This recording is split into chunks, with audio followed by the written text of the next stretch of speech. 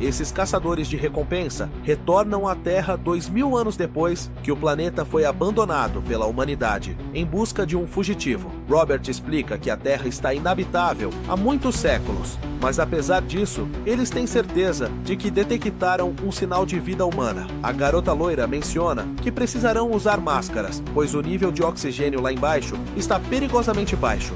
Após pousar no planeta para iniciar a busca, a capitã se pergunta se estão no local certo. Sua assistente a informa que ainda não chegaram lá. Serion avança um pouco mais e finalmente encontra o lugar certo, que fica bem no subsolo, canalizando energia através de seu dispositivo. Ela abre um enorme buraco no chão, revelando um túnel surpreendentemente profundo. Sun-Ja confirma pelos instrumentos que estão diretamente acima do alvo. Sem medo, a capitã Seryong pula no túnel, onde descobre um grande portão com um aviso escrito. A capitã pede para Sun-Ja traduzir a inscrição. Ela explica que é uma língua antiga de 2000 anos atrás e diz: "Eles me prenderam aqui.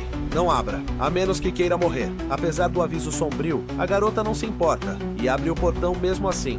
Ao entrar, todos ficam chocados ao encontrar Kuriboh, um Pokémon peludo, sentado no topo de uma estrutura. Movida pela curiosidade, a garota se aproxima para olhar de perto e cutuca a ponta do nariz dele. Assim que toca, sente uma sensação estranha, e então, de repente, ele desperta de seu longo sono, liberando uma imensa quantidade de energia. Ela tenta conter o poder, mas sua força não é suficiente. A energia explode com tanta força que preenche toda a caverna e se expande além dela, alcançando até a nave deles, em órbita no espaço. A explosão resultante é tão poderosa que quase destrói a nave. A capitã Serion é lançada para trás pela força do impacto. Sem saber se seu parceiro Robert está bem, o homem peludo se levanta e se aproxima dela, exigindo saber quem ousou acordá-lo, mas ela permanece em silêncio. Ele declara sua intenção de matar todos. Assustada, Serong vê o braço dele se levantar e decide atacar primeiro. Usa todo o seu poder para criar uma explosão massiva que ilumina toda a caverna.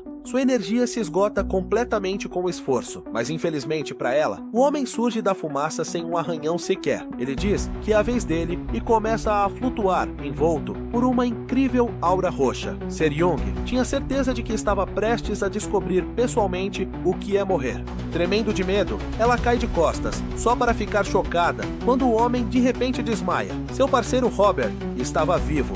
Ele só estava fingindo estar morto. Supõe que o homem deve ter desmaiado depois de tantos anos sem comer. Pelo rádio, Sun-Ja confirma que ele ainda está vivo. Depois de um tempo, eles retornam à nave, levando o misterioso Pokémon com eles. Todos os membros da equipe são veementemente contra essa ideia, mas a capitã defende sua decisão, argumentando que uma criatura assim deve valer muito dinheiro. Seu valor pode ser incalculável. Começam a discutir para quem poderiam vendê-lo e por quanto. A atenção deles então volta para o corpo inconsciente, pensando no que fazer quando ele acordar. Ser estava confiante de que o fio de seda celestial, usado para amarrá-lo, era indestrutível. De repente, ouvem um som estranho. O homem está acordando e tentando atacá-los, mas Sun-Ja simplesmente lhe oferece comida, comentando que salsichas são uma opção muito melhor do que brigar. Tomado por uma felicidade que não sentia há séculos, o homem começa a comer. Enquanto observam a criatura faminta, Serong pergunta a Sun-Ja como sabia que isso funcionaria. A garota responde que era óbvio. Um animal faminto, que não come há séculos, jamais ignoraria uma oferta de comida. Depois de encher o estômago, o homem, que se apresenta como Lee Moy-jin, descobre que eles não são saqueadores de tumbas, mas caçadores de recompensa. Ele, que esteve isolado por 2 milênios, agora descobre que a humanidade quase se eliminou por conflitos internos. Os poucos sobreviventes decidiram abandonar o planeta e viver no espaço. Série explica que após se mudarem para o espaço, todas as formas de violência e combate foram proibidas, incluindo todos os tipos de armas, até as nucleares. Até a prática das artes marciais foi banida. Ela diz que agora seguem o calendário galáctico. O homem fica furioso. Ele não acredita que a humanidade possa viver no espaço e ameaça matar todos. Em resposta, o grupo apenas aponta para a janela principal da nave.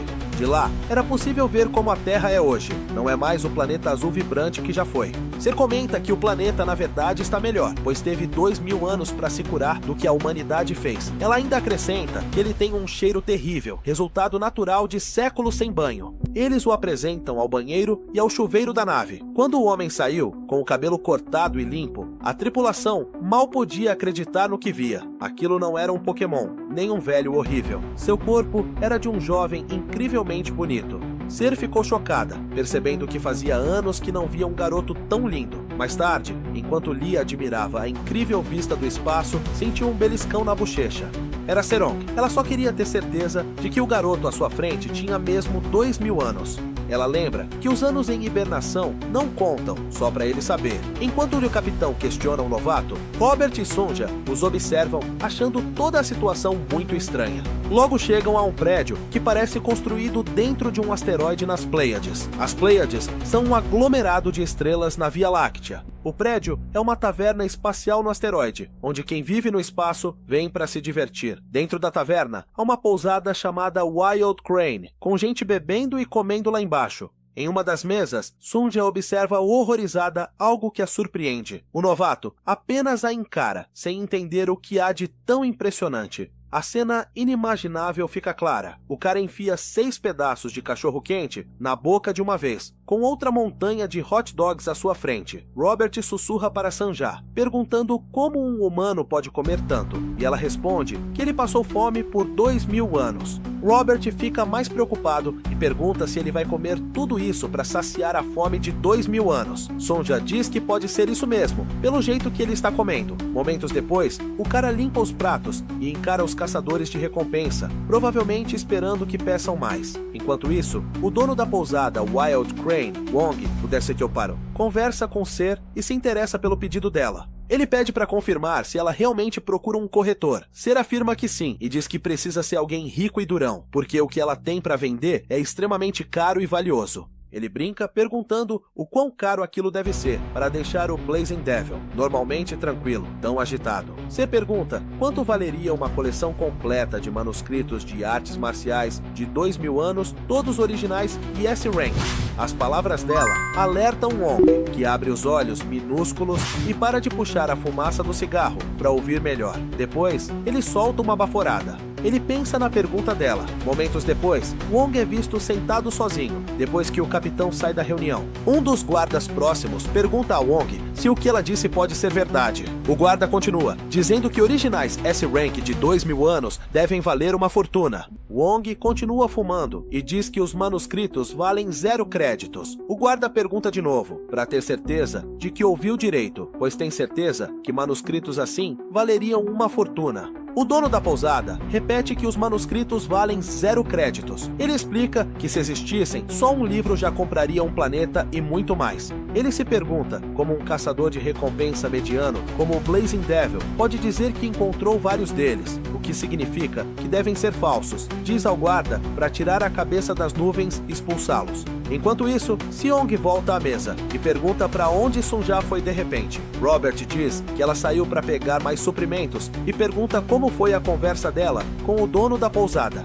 Os olhos de Seryong brilham, e ela diz que a conversa foi boa. Ela até menciona que Wong prometeu contatá-los assim que encontrar alguém para comprar. A atenção dela é rapidamente atraída para algo à frente. Na frente deles, o novato relaxa em um dos bancos, com uma dúzia de pratos vazios espalhados, parecendo ter comido toda a comida. O capitão pergunta a Robert se não é possível que ele tenha comido tudo aquilo e espera que seus olhos estejam enganando-a. Robert apenas diz que tem sorte de ele ter parado de comer. O capitão coloca as mãos na cabeça, arrependida, e diz a Robert que teria feito outra coisa se não fosse pelo dinheiro que podem ganhar com isso. Enquanto fala, a porta da taverna se abre com um estrondo. O barulho chama a atenção de todos na taverna, que se viram para ver quem chegou. Alguns homens entram, parecendo problema. Xion é alertada pela presença deles, parecendo reconhecê-los. Ela reconhece os homens sérios como membros de um grupo chamado Seita do Demônio Celestial. Que estranho, demônio e céu na mesma palavra. O líder do esquadrão, que entrou na taverna, começa a escanear o ambiente. Parece que está procurando alguém. ele observa os perfis das pessoas sentadas na taverna, através de uma lente futurista. Enquanto isso, Serong confirma que quem está escaneando é ninguém menos que o líder do Esquadrão Lobo Vermelho da seita do Demônio Celestial, Sun Jin-woo. Robert confirma e diz que o pelotão Lobo Vermelho é o inspetor da seita demoníaca. Pergunta por que eles estão aqui, e Serong explica que eles são especialistas em rastreamento, então devem estar atrás de alguém. Ela sussurra, para ele não fazer contato visual para não irritá-los. Nosso cara escuta a conversa e pergunta se eles acabaram de mencionar uma seita demoníaca. Seri se vira para ele, curiosa sobre o interesse dele na seita. O novato, ainda com migalhas de cachorro quente na boca, pergunta se eles estão falando da seita do Demônio Celestial, e parece que ele os reconhece. A capitã pergunta como ele conhece a seita do Demônio Celestial se esteve adormecido por milhares de anos. Ela percebe que a seita também existia na linha do tempo dele. Nosso cara a encara surpreso e pergunta por que as pessoas não fogem na presença da seita do Demônio Celestial. Diz que, se fossem mesmo membros da seita, as pessoas estariam em pânico. Sirion pergunta por que fugiriam. Ela diz que a seita tem seus problemas, mas ainda se orgulha de ser a seita mais ortodoxa e fiel do universo, porque realmente são os melhores. O novato a encara surpreso. Ele se pergunta como seita demoníaca e ortodoxa podem estar na mesma frase. De repente, ele pensa que seu sonho, que sempre pareceu vazio e distante, parece estar realmente se realizando. Enquanto isso, Sandy percebe algo estranho, enquanto inspeciona a multidão e para confirmar. Um casal perto dele olha para trás, se perguntando por que ele os observa. Mas o alvo dele não é o casal, e sim outro homem sentado sozinho, com a cabeça sobre a mesa. Sun Jin se aproxima e ordena que ele levante a cabeça para ver seu rosto. Quando ele levanta, o sistema lê que sua energia interna está em 52,7C. Também mostra as artes marciais que ele conhece e que ele é procurado por roubo de nível 2 e agressão. Sun Jin diz que hoje é o dia de sorte dele, porque ele não é o alvo deles. Ordena que ele vá imediatamente para a Aliança Marshall e se entregue, ameaçando-o se fizer diferente. Sanjin, para no meio da frase, com os olhos arregalados, sentindo algo estranho. Uma mão parece ter pousado em sua cabeça, e Sanjin fica em branco, se perguntando quem teria a ousadia de não só chegar perto dele, mas tocar sua cabeça. É o nosso mestre de artes marciais, que começa a acariciar a cabeça de Sanjin como um gato. Nosso cara comenta como ele é admirável, ainda batendo na cabeça dele como se fosse criança. O mestre diz a Sanjin que seu sonho impossível parece ter se realizado. Enquanto isso, as pessoas na taverna congelam e o encaram, pois nunca viram alguém ter coragem de chegar perto de um membro da seita demoníaca. Alguns caras que jogavam cartas param, percebendo que só pode dar problema. O mestre de artes marciais diz que eles trouxeram seu sonho à realidade, chamando-os de jovens. Ele começa a elogiar a seita do Demônio Celestial, dizendo que é admirável o que conseguiram. Ele vai além e abraça a cabeça de Sanjin, confortando-o pelo sofrimento que os jovens devem ter passado para alcançar tal posição. Até o homem que Sanjin ameaçava fica sem palavras, olhando o mestre, sem entender nada. Enquanto continua abraçando a cabeça de Sanjin, ele não se mexe e pergunta se o novato é uma criança com problemas de inteligência. Robert tenta acalmar Sanjin, dizendo que o amigo não é louco, só não tem nenhuma habilidade social. Sanjin chama o mestre de criança e diz que ele também deveria saber que hoje é o dia de sorte dele, tentando tirar as mãos da cabeça. Diz que se tivesse sentido um pouco de arte marcial no corpo dele, já o teria despedaçado. Shin tenta puxar as mãos do nosso cara, mas percebe que é mais difícil do que pensava e começa a lutar. Surpreende-se por não conseguir tirar a mão do garoto, por mais energia que use. Robert se pergunta por que o líder do bando Lobo Vermelho está resmungando e pergunta a Serung se algo está errado, mas ela diz que não sabe. Sanjin tenta com mais força tirar a mão do novato, usando sua técnica marcial, mas não funciona e ele começa a xingar. Sanjin decide usar sua energia interna ao máximo. O sistema ativa uma técnica chamada Arte do Lobo de Sangue, na potência máxima. O olho de Sanjin fica totalmente branco e ele entra em outro modo, completamente diferente. Ele libera uma enorme quantidade de poder, derruba o novato e grita para ele parar de brincar. A energia que ele solta é tão forte que envolve toda a pousada e derruba várias mesas. Os espectadores o encaram horrorizados, percebendo que a confusão vai começar. Mais gente continua observando para ver o que vai acontecer. Alguns subordinados dele assistem de boca aberta, sem acreditar. O mestre das artes marciais volta rápido para perto dos amigos, deixando 1 metro de distância entre ele e Sanjin, que está prestes a destruir o prédio inteiro. Sanjin começa a se acalmar ao ver que o inimigo está ileso e percebe o estrago que causou na loja. Serong diz para Robert que parece que o líder do esquadrão do Lobo Vermelho não anda bem ultimamente, e isso explicaria por que ele não consegue tirar as mãos do novato. Enquanto isso, nosso cara fica parado, olhando fixo para Sanjin. O líder do esquadrão do Lobo Vermelho começa a analisar o novato e pergunta quem ele é. Ele se pergunta como é possível que ele não tenha sido afetado por tanta energia quando planejava matá-lo na hora. Para piorar, o sistema de escaneamento mostra que não há registro da energia interna ou das artes marciais do novato, e ele descobre que ele nem consta no banco de dados. Sanjin se pergunta como um ser natural puro pode não ter energia interna e ainda assim estar vivo. Enquanto pensa nisso, nosso cara interrompe e diz que a arte demoníaca do Lobo de Sangue, que Sanjin usou, é uma das artes marciais de nível inferior, entre as artes de cultivo corporal dos demônios celestiais. Mas ele elogia o fato de aceita ter conseguido passar isso adiante. Ele diz ao líder do Lobo Vermelho que o único problema é que a energia interna e o QI dele não estão em harmonia, porque o método de treinamento dele é falho. Nosso cara decide confortá-lo, dizendo que hoje é o dia de sorte dele, porque vai ajudá-lo pessoalmente a corrigir isso. Uma oportunidade única na vida. Sanjin fica ainda mais irritado com as palavras e o chama de lunático. Ele convoca um fogo líquido e tenta matar o mestre das artes marciais na hora. Ele invoca uma mão flamejante, que chama de primeira forma da garra demoníaca do Lobo Vermelho. Ele ataca rápido com a garra demoníaca, mas nosso cara simplesmente desvia, inclinando o corpo para trás, sem sair do lugar. Atrás do mestre, uma corrente de fogo destrói a pousada e faz as pessoas correrem em pânico. Sanjin continua sua fúria e convoca outro poder chamado Explosão do Lobo Vermelho, mas o nosso cara desvia dessa também, com as mãos ainda no bolso. O líder do Lobo Vermelho começa a ficar realmente exasperado e convoca vários poderes ao mesmo tempo. Ele ativa uma onda tremor do Lobo Vermelho e uma garra fantasma do Lobo Vermelho simultaneamente, mas o mestre das artes marciais desvia como se fosse brincadeira de criança. As veias na cabeça de Sanjin começam a saltar enquanto ele reúne toda a sua força e inteligência para derrubar o novato. Ele até transforma uma das mãos em garra demoníaca e se envolve num redemoinho de fogo demoníaco, decidido a matar o cara. Enquanto isso, nosso cara continua observando o show. Ele avalia que Sanjin tem energia interna suficiente, seus golpes são precisos e acompanha cada movimento enquanto ele tenta matá-lo com raiva. No fim, ele decide que tem algo errado na forma como o Sanjin está fazendo. Sanjin vai com tudo, agora com os olhos vermelhos, parecendo que está usando todos os ataques que conhece no limite. Nosso cara logo se irrita e bate com a mão na cabeça de Sanjin,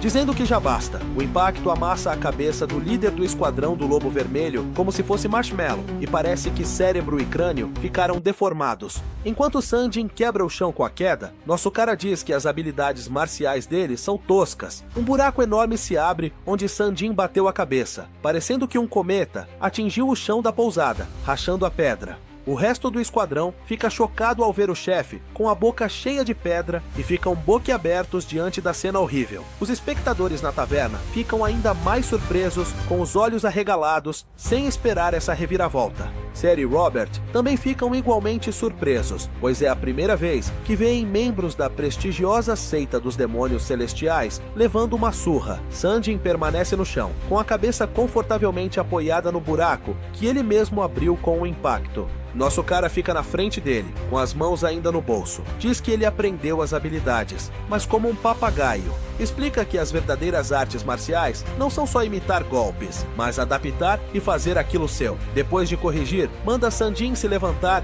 e tentar acertá-lo de novo, se entendeu a lição. Sanjin fica parado no buraco, provavelmente precisando de cirurgia no cérebro, e o mestre das artes marciais manda ele se levantar furioso. O resto do pelotão Lobo Vermelho só fica olhando sem saber o que acabou de acontecer. Eles ficam irritados e perguntam de onde ele tirou a coragem de atacar o líder do pelotão. Chamam ele de moleque e partem para cima com a intenção de matar. pulam em cima dele com várias armas e técnicas de artes marciais ativadas. Mas o MC só fica ali, com a mão ainda no bolso. Logo depois, estamos no Distrito 32 da seita Demônio Celestial.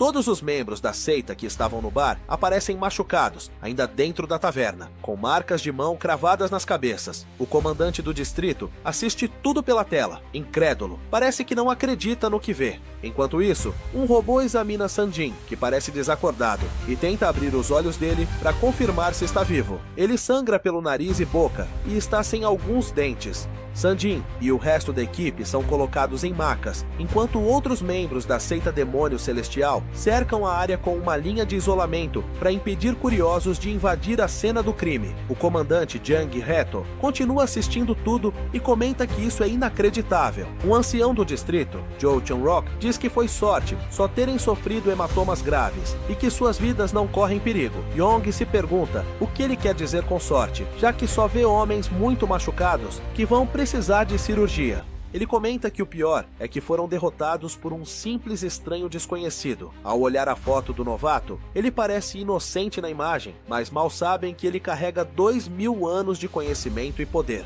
Jang pergunta de novo a Joe se o pelotão Lobo Vermelho realmente ficou naquele estado por causa de um simples estranho. Pergunta se esse desconhecido não está registrado na base de dados da Aliança Marshall, e Joe confirma que não está, mas que seus companheiros estão. Joe explica que eles são um grupo de caçadores de recompensa chamado S-Devil. Diz que eles lidam principalmente com criminosos de classe B ou inferiores. Ele conta a Jang que o líder deles é uma pessoa chamada Sarang, o Diabo Flamejante. Enquanto isso, na aeronave do S-Devil, o novato senta humildemente à mesa, com um guardanapo no pescoço e faca e garfo na mão, esperando a comida. Ele senta em frente a Sarang e Robert, que só o observam, tentando decidir o que dizer ou perguntar. No Distrito Demônio Celestial, Yang pede para saber mais sobre Sarang, o Diabo Flamejante. Joe diz que ela é uma caçadora de recompensas bastante conhecida, que transita entre os mundos ortodoxo e não ortodoxo. Conta que eles deixaram o Wild Crane para trás depois do incidente, mas que podem rastreá-los. Ele pergunta ao comandante se devem enviar uma equipe para persegui-los. O comandante Yang manda não se preocupar e diz que vai cuidar disso pessoalmente. Joe fica olhando para ele, sem entender o que ele quer dizer com isso. Faz uma reverência e sai, deixando o comandante pensar no próximo passo. O comandante aperta um botão próximo e decide fazer uma ligação para um aliado. O sistema começa a conectar a chamada com alguém na grande tela, depois do botão ser pressionado. O comandante espera pacientemente a ligação completar. Logo aparece na tela um homem com aparência sacerdotal, Kim Bomb, líder do grupo Greenwood, que sorri para ele.